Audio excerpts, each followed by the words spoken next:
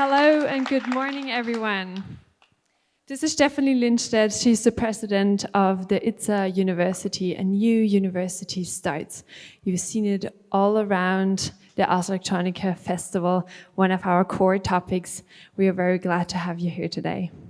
Thank you, Anna. And that's Anna Oelsch. She is the magician who put together all these founding-like activities and made sure that our fellows and students were kept busy and didn't have 1 minute of free time. And today we're super lucky to have nearly all of the fellows with us on stage because they've traveled to Linz for the Ars Electronica Festival and even more importantly to prepare what is to be coming in the fall term semester. They have been here on Wednesday during the conference day where the students presented their take on the Pioneering University, their visions, what they have been up to during the summer school. And then they have taken all these inspirations and put out their own concept. And this is what we hear about today. Yeah, and just before we start, I want to really thank everybody because first of all, you had a very long trip to get here. You were amazing. I've been sitting in some of the workshops and I'm very looking forward to your presentation now. I'm sure I can steal a lot of it for the new university. And yeah, and without further ado, I think we should give them the stage. Thank you to all of you.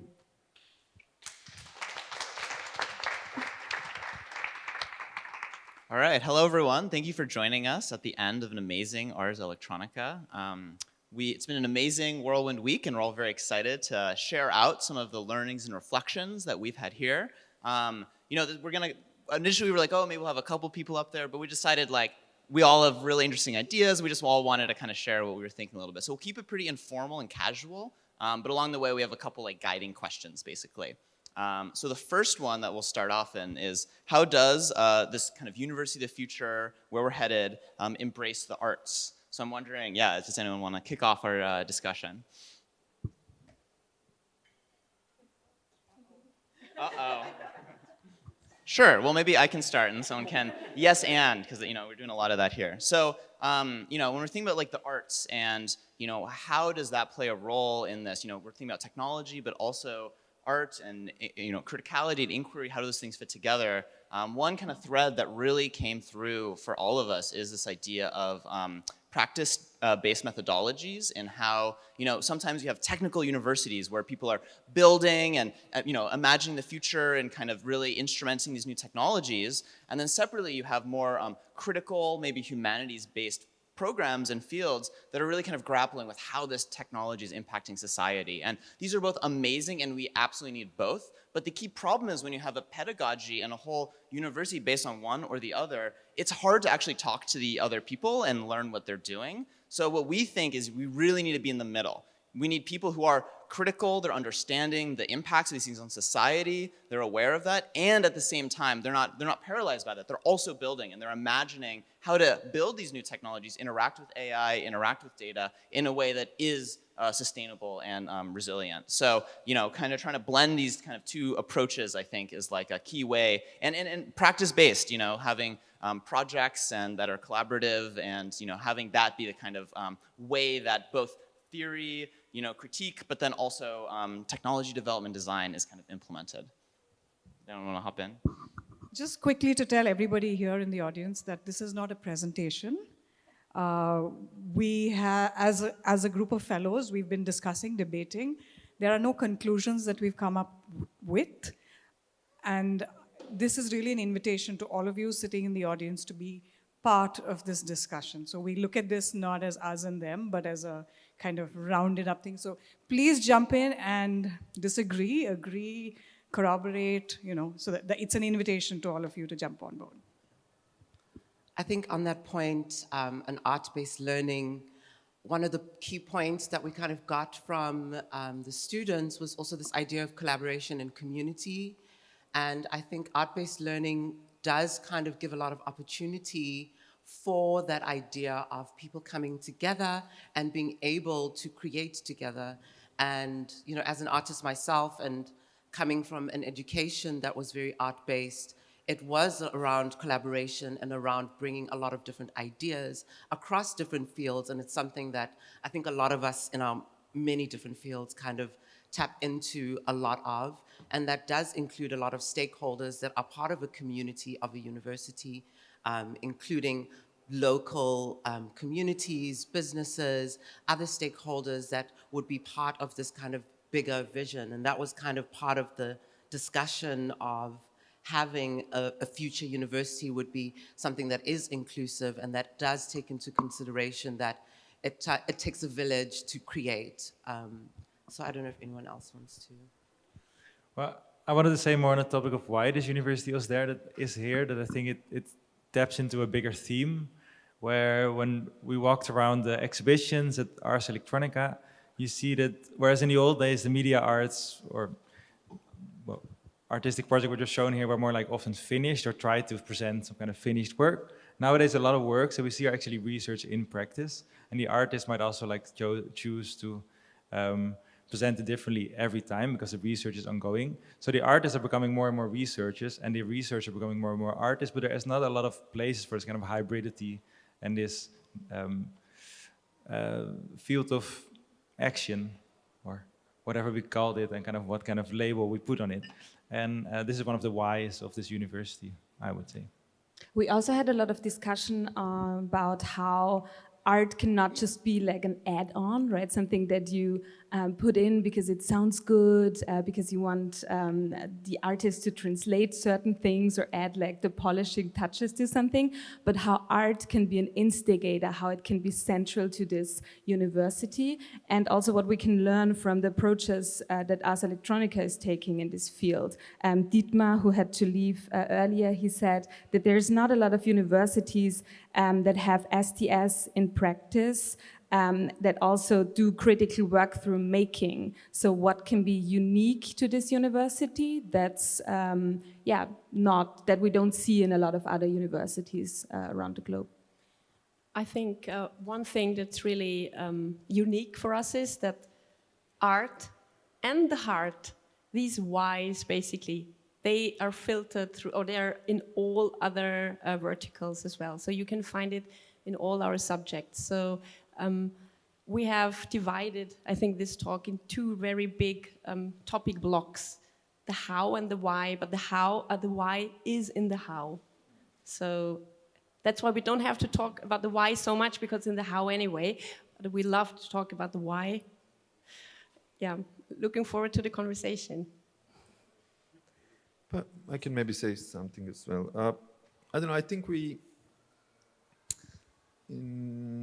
are facing some kind of future, and this is why I'm interested in future university, because we are facing some kind of future that is kind of uncertain, no? In many different dimensions and ways. So it's kind of probably necessary to also rethink university and learning, or how we are going to face the problems that we are seeing now that are going to grow bigger and bigger. We can speak about like climate change, we can speak about AI producing like billions and trillions of content and mass production of like some kind of like post-truth or whatever. But so we need to face that somehow with learning, and I think learning is an important component of that. How we are going to do, not so sure, but I think this is a good way, because for example, in my previous work, I found out that if we are seeing a black box or black boxes that we are investigating, and the future is form of black box in this moment. So the clever thing to do is to try to look at this black box from different angles, and not just different angles and different dimensions, but also with the different glasses and different way of seeing. And from my perception, the science is one way of seeing, philosophy is another one, and art is a third one. So seeing black box from those angles maybe will give us a chance to try to understand what we are facing. So in that sense, I think like this combination of like art, science, whatever it is the only logical way to do it.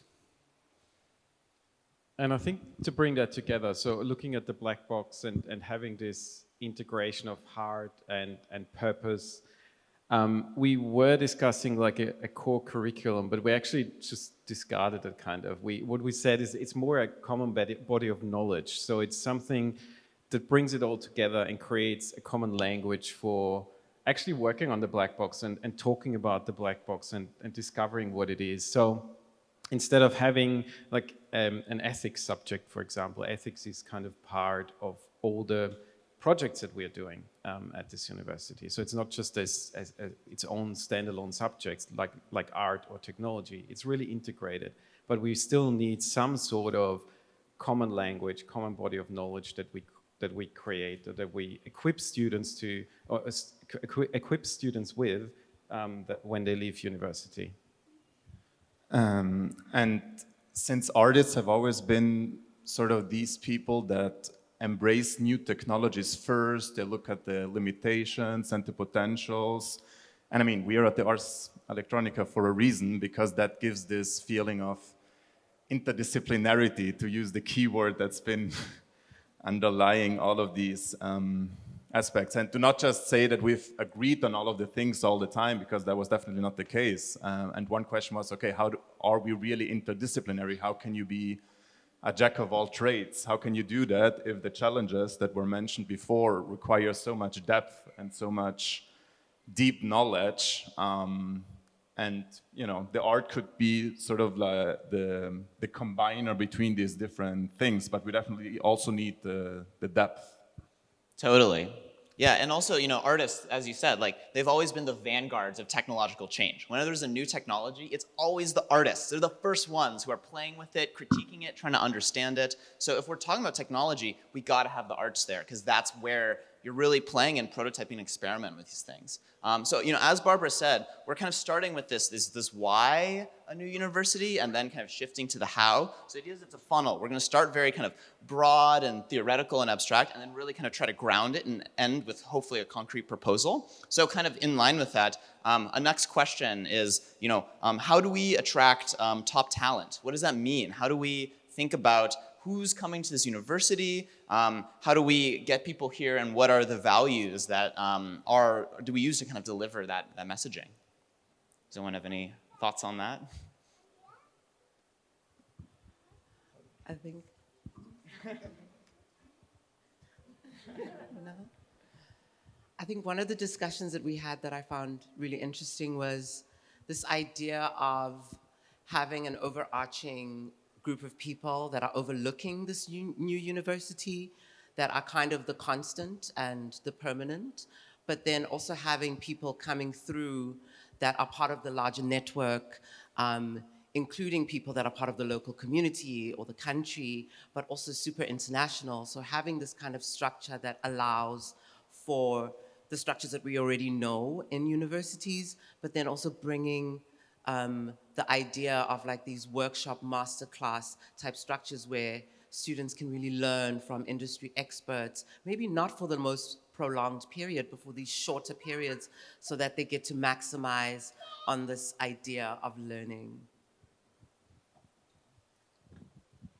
And this, I think what Lilo just said then about those smaller, shorter classes is also an opportunity to do something we've talked about, which we think would be good, which is to really open up this university like a town square, to let the local community in, to see what's happening, to be involved, and for the university to leverage that involvement of people, that diversity of people who aren't just students or academics, to be more involved than in a normal university.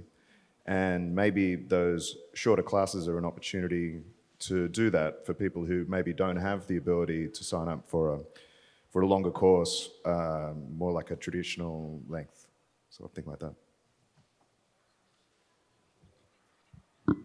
This is just completely anecdotal, but I just remember the way that the Reggio Emilia system was created, which was, you know, after the war, the thing that they thought that it should be the most important thing to build first was a school for children.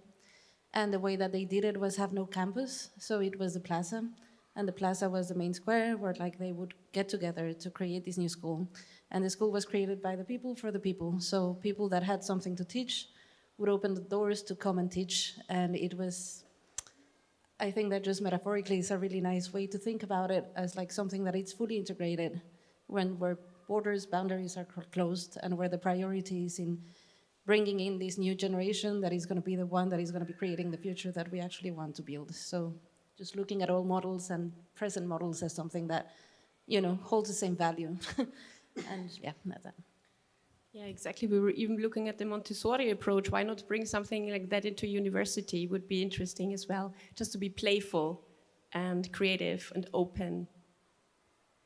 And I think a lot of the way how we have been collaborating in the last couple of days and how we have come together really shows that there is no boundary put onto the way how we are supposed to think about this university, and it's a really exciting topic to be able to start this from scratch and discuss the high level and low level problems. And I think that freedom will excite talents to come and shape their future and shape what they want to teach their students.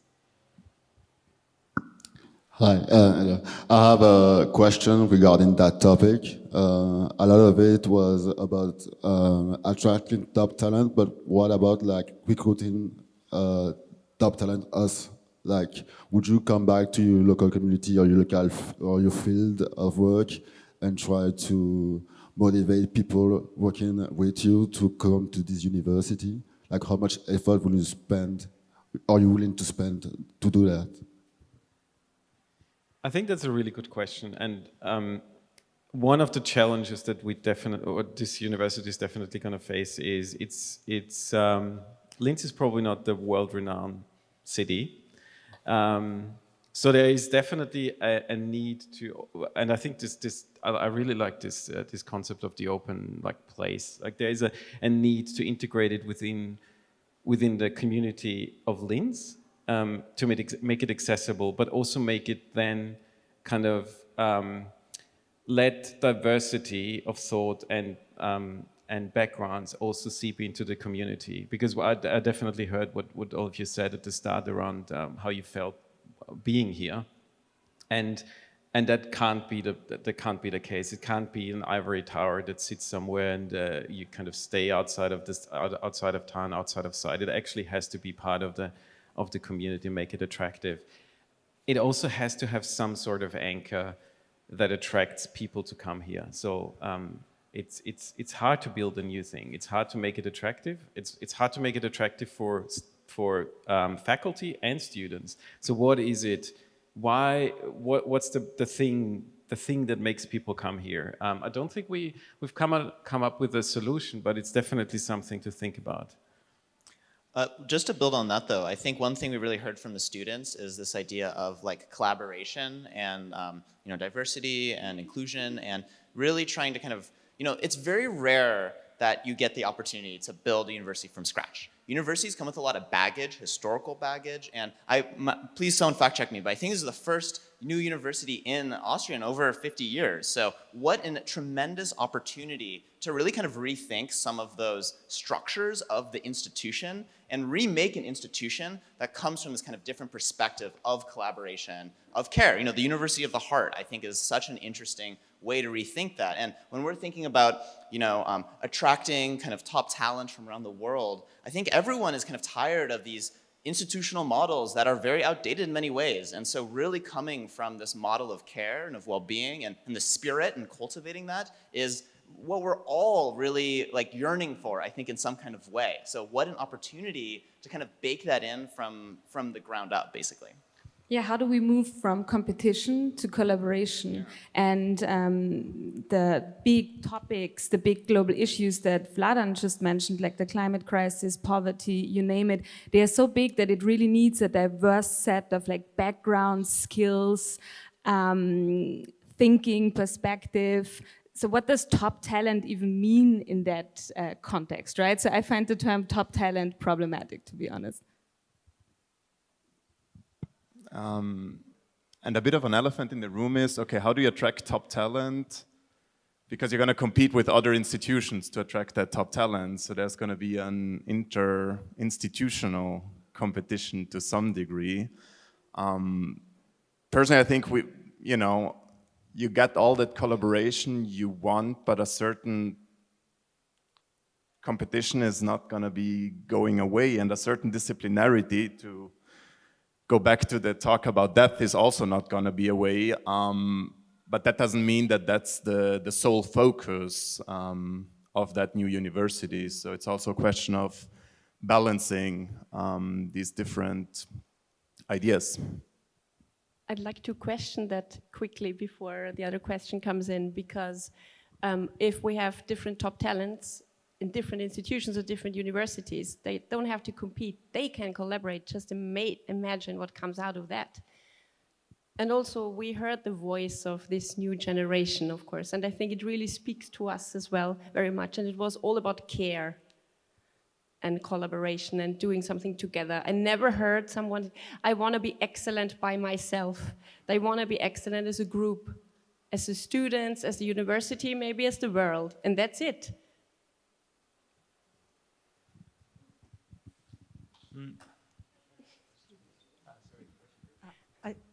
I'd like to stay on the subject of the structure. I think you're right, and the first time when I heard about this university, I thought, what a brilliant idea. Because all of us who are in the academia, we know that we struggle mostly with the existing structures, and whatever you want to make creative, it has to fit within the structures. But I'm very interested to know, how are you going to deal with the larger national structures that you have to fit in once you are an institution? So what about accreditation? If you want to come with such an innovative model, which I think we all need, you cannot do that unless you change the larger system that's very political, and at least in some contexts, it's almost impossible. Obviously, the other way is to go unaccredited, which again is a brilliant idea, and there are institutions who are doing that and who are highly creative, and I encountered them in various contexts where they had the best success because they are not accredited. But on the market, their students have a big problem.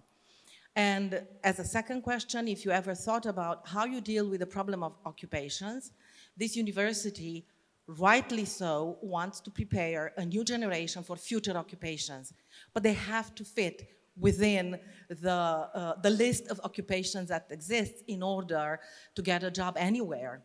So how do you think of doing that? And if you have any plans of involving the politics, if it's an Austrian, maybe you have a larger system. In my country, my children will retire before this will happen. And I have young children. I cannot talk about the accreditation stuff. Maybe someone is more expert, but concerning the market outside, the market will change as much as our students are changing us now. So when they come out, maybe everything is different already. And the people are looking for a workforce or for humans that are already went through this kind of new, yeah. Mm-hmm. Within European Union, we are asked for degrees. Everybody wants a degree. Everybody wants a diploma up to being a third. In the States, they don't do so much of this. But we will need degrees. And how do you plan this new university? Sorry. How do you make sure that this university, as it grows, as it becomes, it will also be integrated in the society and be useful? Because there will be people who would love this, but then they will go to get a degree somewhere else. Just because they need the paper. I mean, are you the best one that either? I think your input is really important, and one of the topics that we've discussed is actually duty of care. So it is the duty of care of the university to actually equip the students that leave it with something that they can work with. I think nobody disputes that. I can't talk about accreditations. I'm not in academia. I'm coming from a business background. I can completely agree with what you said. I'm sure there is opportunities to find the right accreditations for the university that actually equips the students with that. I think, though, it's more important to think about the capabilities that you want the students to develop during their education, that you want to equip them with. Yes, traditionally we come from a disciplinary approach, and we were discussing that at the start. It's not going to go away just because we wish it goes away. It's just going to be around. So you will have to stick a label on the degree and the students that come out of it, but it's more building the capabilities underneath that, and things like critical thinking, interdisciplinary approaches, using arts as a method, or integrating that into your work, that will define. I think that will define this university. I think you're absolutely right. You need a label and you need a degree that people are willing to accept on the job market. And I think it sounds all very, very esoteric sometimes, but I think it's fundamentally important that the university does that, and gives students something that they can work with afterwards. Yes, I just wanted to add, now we're working on like the why and how ideas of this university, but behind the scenes there are many people also working, which are not us, but also present in this room, are many people working on this question of accreditation and like local politics, and you could ask them later. There were even people from the ministry and the Ministry of Culture were here, and I talked to people writing new laws for this university to exist. I cannot tell you the details, but people are working on this. I want to back up the industry point, like maybe to challenge your point about what does the world need as an output from the university. So I come from a startup background. I work in the AI domain for Industry 4.0, and really the talents that we're searching, we do not put limits on their degree. Really, we want them to have experience, we want them to be motivated, we want them to be self-learning, and really to put them through a mass education is not the right way to create that kind of person. We really want them to have done their own projects, and really it doesn't matter whether they have done it in their free times or through evening school or whatever, or they came through the university. So to have this kind of environment to give them all the resources they could possibly have to cultivate their adaptivity in the market, it's actually really something that as an industry I'm looking for. Especially if you see at how things are going, right? Digitalization and accessibility has like upended the way that we learn already, and that's just going to keep on growing. So having the basis, I think, is where we need to focus. I was going to say something, and I'm sorry, I'm underslept. I'll pass it and I'll remember. Just on that point, the digitalization, like there are these existing structures, and as you're saying, it's so exciting to have this opportunity. It's like we are at this moment in time where our entire society is, being exposed to these new technologies, generative AI, systemic climate change. Like we need new structures, and obviously we need to fit those to existing things. But if we start with accreditation as like the first thing, then we're locked into those existing structures that were built for a different world. So we need to start with these changing worlds, the students who are going to come out of these universities, the job landscape, the economic landscape, the environmental landscape will be completely different. So how do we equip them, those capabilities? How do you equip people to attack and approach and tackle this new world that we find with AI and climate change and all these things? And then we can figure out how to accredit that and make sure that you're providing an education along the way. What I was trying to say was that it's not only a new world, it's an inherited world, right? Like we are inheriting all these problems, and we're trying now to create a generation that is going to solve these problems, which sure, but it's also kind of cruel. Like we also want to think about what is it that they want to create in the future. So it's not only about presenting the problems that we have created, it's about how do we prevent these problems from happening again. And that needs innovative thinking. Like we need to get rid of these models because they've just led us to where we are right now, which is a huge crisis, existential and otherwise. So it's the university of the futures, but at the end, what are we imagining is also the society of the futures. And the idea of this is also, what the president said, it's a mission-based structure in a sense. So are we looking to get top talent, accreditation, or are these just tools to solve the bigger problems? And if that's climate change, then accreditation is further down the line. And so we gotta or AI or technology or all those other digital transformation? Maybe, and you see this is not scripted, right? So the challenge that you will have, and this is something that you have to actually figure out how you deal with it, is who you are actually catering for. Because I completely understand, like I grew up in Austria, I completely understand the frameworks and the story about having a degree to do anything. I now live in Australia, which is completely different. I have never ever been asked where I studied, what I studied. Like, people just don't care. As long as you have work experience, whatever. So I completely understand it. So the question is, who are you catering for? What do you want the students that come out of the degree, the alumni, to be working on? Is it global topics in a global workplace? Or is it an Austria-specific industry requirement? I think it will be very hard to do both. We don't want to use excellence, I think, both in a really good way. I think it's really a question, what outcome do you want to cater for?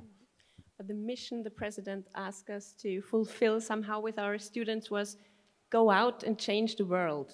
So we have just to do that. If we need paper for that or not, cannot be the most important question at the moment. I mean, I know exactly as well what you mean, but a look around so many countries, also like neighboring countries of Romania, they also look, I think, for more talent, like in the startup environment. It's really important more who you are than what the papers you carry around. And there's a lot of talk Hopefully. about abstract visions and ideas and concepts, and I feel like there's also need to get a bit more grounded. Okay, how do we really look at it? How can we make all of this tangible a little bit? And we also thought about that, and there's something that came out of it.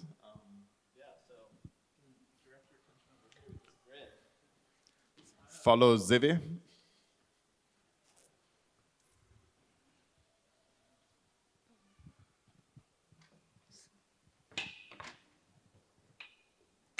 So what does the University of the Future look like?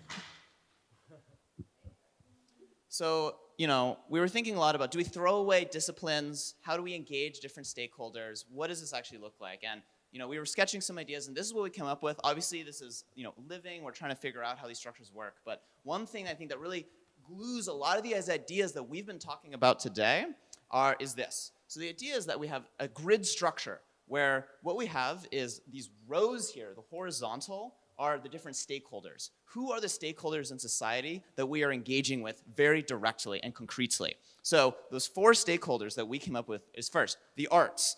Ars Electronica is such an amazing community and an opportunity so we can engage with the artists. We have the scientists. These are the amazing researchers and scientists coming from all over the world to Linz to do world-class cutting-edge science. The next is civil society. This is the city of Linz, this is trains, this is transportation, this is civil society at large, and how are we engaging with them? And then the last is the companies. So this is the industry who's coming in. Linz has a long history of industry in various ways, innovation, so embedding that there as well.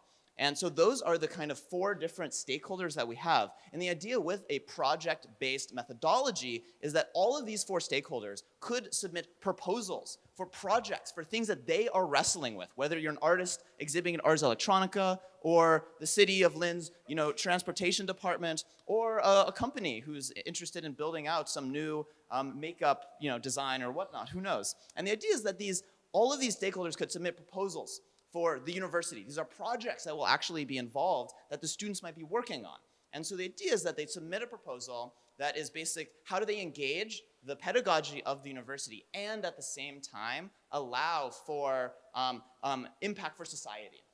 And then we have these pillars here, right? So these are the columns, these are the foundations. This is the 3 kind of majors, you can say, of this new university. We have data systems. This is, the data, the back end, the data, the code, the infrastructure. How does it all work? We have decision science. This is the social sciences. This is understanding the humans, whatnot. And then finally, we have beyond human experience. This is, design, user, UX, UI, but kind of thinking more broadly about beyond the human, more than human. And the idea is that these represent these different ways of learning and teaching. And all of these intersect at these node points. So if you're an artist exhibiting here at Ars Electronica, you might have a project proposal for this university of the future that has an element of data systems. You have some data backend that you need some help with. You have some question of how that's impacting people and how's it changing hearts and minds. And then finally, how do you put it in exhibition space? How do you build new modalities that really connect with people in these various ways? So the idea is you can have these different classes that connect basically these different pillars of learning with these different stakeholders. So, for example, you might be a student who you just want to come to this university and get a world-class computer science education accredited.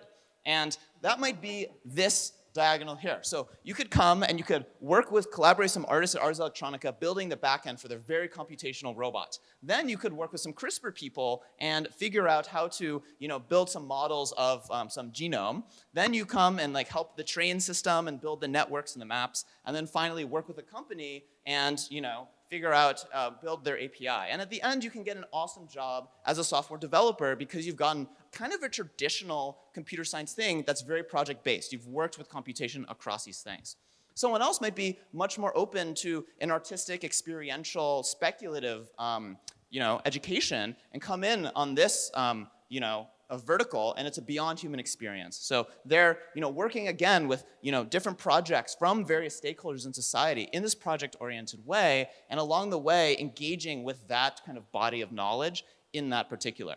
But as a student, it's 1 degree, it's transformation, but you can choose a column or a row. So someone who's really interested in a more entrepreneurial spirit could actually get a major here, and maybe that's not accredited, and that is something where you could have you're working with companies who are coming in with their proposals, but you're working across these. You're working with data, you're working with decision science, and you're working with beyond human experience. And I think the key thing here, we were talking earlier about, is there a core curriculum? How does this work? And what we realized very quickly is that for this changing world, all these stakeholders, all these new methodologies, you can't have this core curriculum.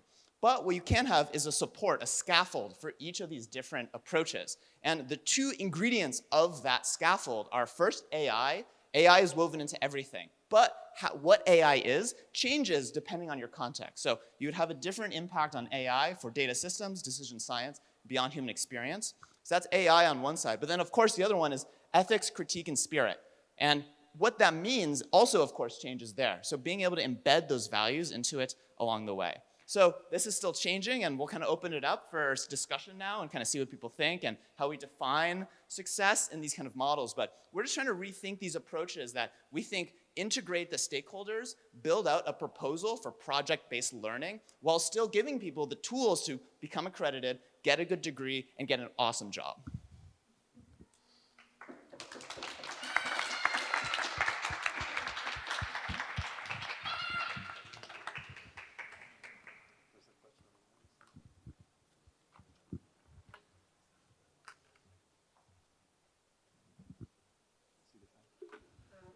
Thank you.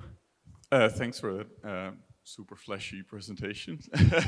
I love how it looks on the grid, but my first core response is slightly skeptical, because I do feel that this integration of science, civil society, and companies, this is basically what we have at a lot of universities. This is also how I was schooled based on these projects. And I guess my question is, I think that the art line is definitely a great addition to this kind of standard model, as I see it.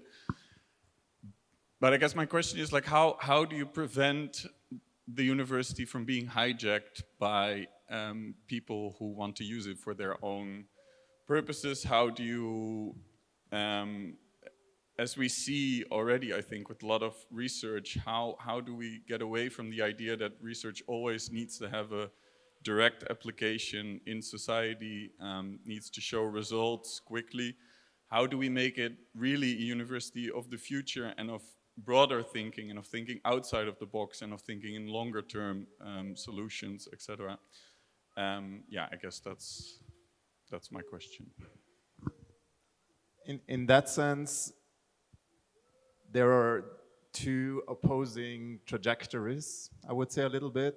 So on one side, that University of the Future should have the freedom, the liberty to think the unthinkable, and that's what art is also definitely for, to imagine even unrealistic ideas, while at the same time, okay, why is application needed? Because there's a certain responsibility also to the wider society. So why can you afford this independence also to solve problems? And that's what these different rows and columns allow for. So I think it's a nice, it's also definitely a sign of privilege to be able to afford a university that is not only applied. And I think there's definitely room for that in there. Not necessarily in the arts only. But I feel like it's a bit done to just have to have only a university for the university's sake. So that application, I think, cannot be dissolved anymore. And I think, oh, sorry. I think there will always, there has to be a mix, like we thought about kind of a pitch. So the, like say, companies, they have to pitch to the university with their problems and projects. And the students or faculty can choose what kind of parts of these projects could be worked on. So, and also, we don't send the students for internships or something to them, but they have to come to us. So they have to come to our labs and our workspaces. So we just switch, I think, the hierarchy a bit as well. I can give you a concrete example of what such a project could look like, where academia, civil society, and artists can work together. So I'm running a civil society organization in Berlin called Super Lab, and we're working on a topic like social media content moderation and working conditions in social media content moderation. And one of the first times I came across this topic was actually a work that Vladan did, Anatomy of an AI, like what are the different things that go into these systems, and one dimension is labor. It's often been, it's not invisible, but it's been made invisible. And then looking at this and together with content, like reaching out to content moderators and figuring out like how can we improve the working conditions. In order to do that, you need strong policy proposals, you need to work with policymakers, but you also need the foundation of like research, right? That helps you to put arguments forward of what's the influence of the precarious working conditions and the quality of the moderation, right? So you can like go into policy discussions around the Digital Services Act and so on. So what we're doing right now is we're working with the Weizenbaum Institute. We're bringing in content moderators as co-researchers, right? Not only as research subjects, but as co-researchers. Yeah, artists were basically what started this debate, because they were putting a magnifying glass on like what is part of this technology beyond like the fancy kind of things that we see on the surface. So this could also be a potential project for the new university where different disciplines come together. But I'm sure others also have ideas. Yeah, I mean, I think, you know, it's not a matter of either or. You know, you can walk and chew gum at the same time. And perhaps this grid is, as much as I love the grid, and I love the grid, perhaps it emphasizes the aspect of art and the art thinking approach, which is kind of the special sauce that makes this all work. You know, I mean, the magic happens when you have disciplines bumping into each other in new and interesting ways. I mean, we do it. I do it in my practice. I mean, it's really the reason people use like complicated, weird synthesizers, that it's not because they sound better, it's because they do things that you wouldn't have done, you know, like you bump into stuff, and it's in those accidents, those happy accidents, that you get the magic. And I think that's the idea of banging this stuff into each other to see what happens. You know, we have art universities, we have technical universities, but what would happen if you integrated them in a vastly, like a more intense way? And that's the idea, but I mean, yeah, fingers crossed. Hello. I have a question, and I'm sorry, I'm very tired today.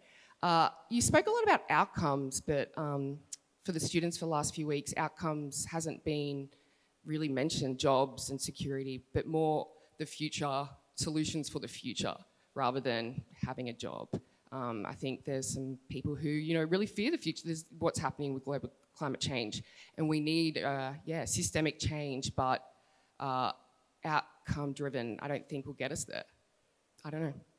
I was wondering if you thought about that or what discussions you had. Yeah, maybe I can answer that quick or give you my view. So when you think about diversity, you also have to accept that diversity means that people don't come from and I mean this no disrespect, from a privileged background, that they have the luxury not to think about the job market. So if you want to have the opportunity to have diversity of thought, you also have to think about people that actually have to get a job afterwards. So I completely understand what you're saying, and don't get me wrong, I think there is a lot of topics that we have to work on as societies that are really scary, like climate change, like inequality. So that's absolutely understand that. But I think there's two things. First of all, I think universities have a duty of care to actually make sure that you get something out of this education. That definitely has to be what we were talking about, ethics, that has to be understanding of art, technology, that's kind of that. But it also has to a duty of care to equip you with something that you can use afterwards. And something that helps you to achieve what you want to achieve, be it in arts or in technology. So I think yes, I understand what you're saying. You haven't spoken about having a job afterwards, but ultimately, at some stage, you have to pay for a roof over your head, and you have to pay for your food on the table, which I think is one of the reasons why people go to university as well. So it's not just getting a broad education. Okay, how is that different to every other university then? If it's the outcome as a job factory, how is it going to motivate collaboration when it's still just got to get a job at the end? I just would like maybe some,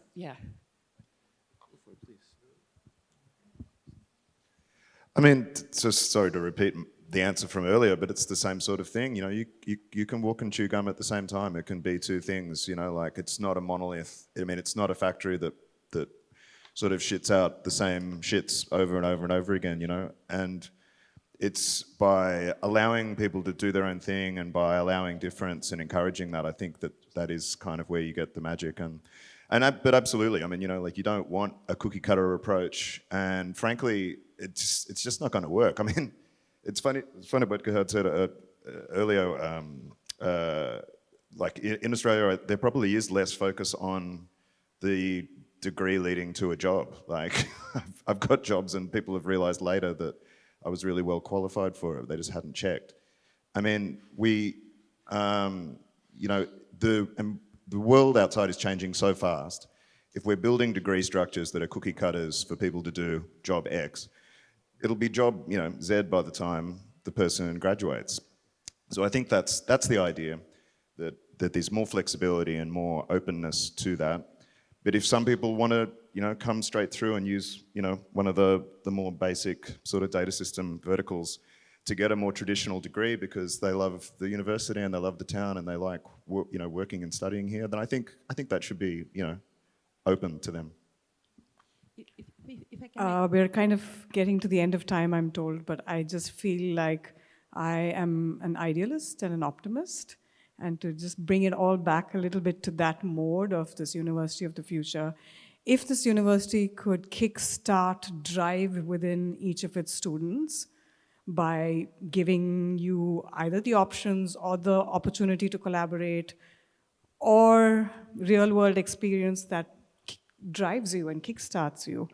And then those are the kinds of people that get out of this university, then it feels like maybe the university's done a decent job. So I feel like if we found our drive, and I didn't find my drive in university, I found my drive much later, but how do we create the substrate for our people to find a drive is really what I'd ask of this university. Yeah, and we also, it's interesting, like we came here for a week and, our prompt was University of the Future. And this word future is really interesting. Futures, there's plural, there's many possible futures. And maybe the future is just the collection of presents, And so when we think about trying to bridge generations, who from faculty to students, from, government officials to the next generation who's, worried about the future, we need to think about these different notions of the future. And with that, I think there's this possibility of, art and science are deeply future-looking, right? Like they're all about kind of, you come to Ars Electronica and you get a glimpse of what these futures. That's true. Yeah, totally, exactly. Kind of looking, as well, you have civil society and companies that are much more rooted in the present. So how do we blend? I think this university needs to blend both the present and the future together and think about what are those differences and linkages there a little bit. Thank you all very much. Stephanie, would you like to come on stage with me again? Thank you. Thank you, everyone. This has been such an intense time, an intense discussion.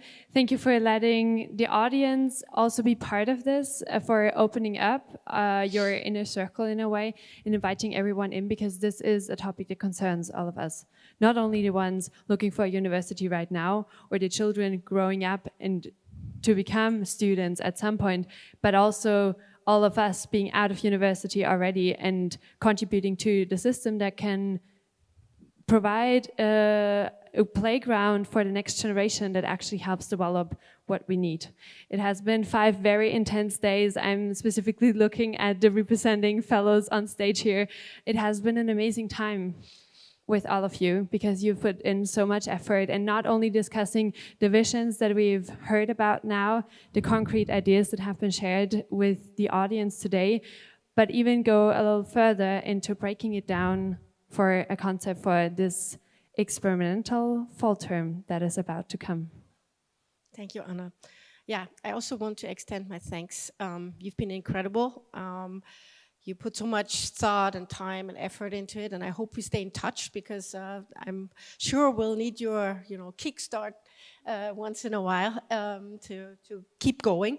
But I really want to kind of latch on to your point. So for me, the real vision of this university is to do passion building, to help people to be passionate about something, about a discipline, about a topic, about, I don't know, something which they really feel about and which makes them engage in things, which makes them go through learning hard mathematical things or other kind of stuff which they need to do in order to solve that specific problem. And because we need really these kind of self-engaged and motivated people out there to do all these changes which we're looking at.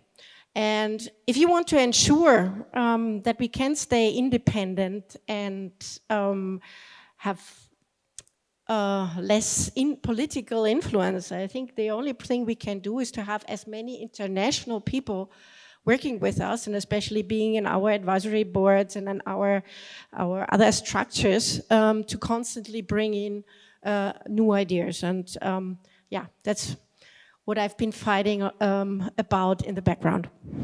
With these last words, thank you everyone for joining today, and let's be excited all together about what's coming next. Thank you.